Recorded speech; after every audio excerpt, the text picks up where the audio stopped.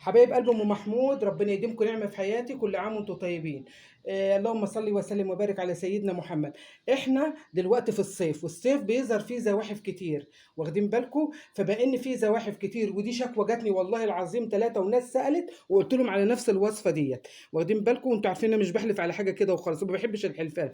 انا كل سنه لازم اقدم حاجه في الصيف، اللي هي ترجعوا للقناه، للصراصير، لاي حاجه ايه، نمل، كله هترجعي في القناه هتلاقي نفس الوصفات بتاعتي. بس السنه دي جديده بردك، لازم ام محمود تجيب الجديد كله.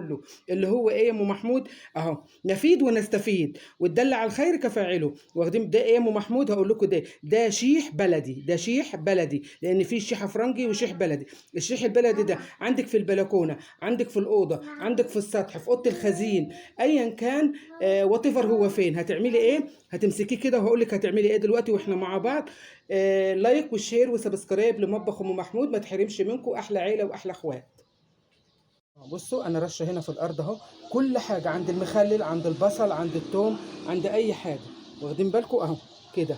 اي حاجه بقى انت حطها هترش بنفس الطريقه كده، ولا هتحط في ايه، في جنب، ولا في اي، يعني في جنب البطاطس، إيه، جنب بصل، جنب ثوم، جنب مخلل، اي حاجه انت شايلاها في البلكونه بتاعتك.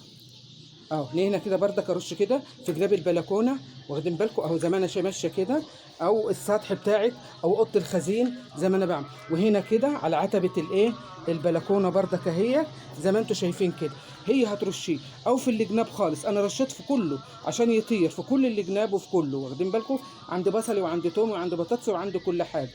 إيه، ليه؟ لان ده هيمنع مثلا لو انت عندك برص، لو انت عندك الشحاشح دي، لو اي حاجه بتزحف، هيهج من ريحه الايه، الشيح البلدي. بتقول ايه؟ قلت حاجه؟ لا اسكت، اللي بقول على الجو حر يعني. واخدين بالله بوجود الصيف. هما بيفكروني، مرات ابني بتقول لي عشان الدنيا صيف والحاجات الزواحف دي بيبقى كتير، بتفكرني يعني ان انا اقول كده. فعلا هي الزواحف كتره كتير قوي، كل حاجه هتلاقيها، بالذات عند الحاجات اللي احنا ايه، مخزنينها. تمام كده؟ شايفين بقى؟ يعني ما فيهاش حاجه، سهله وبسيطه.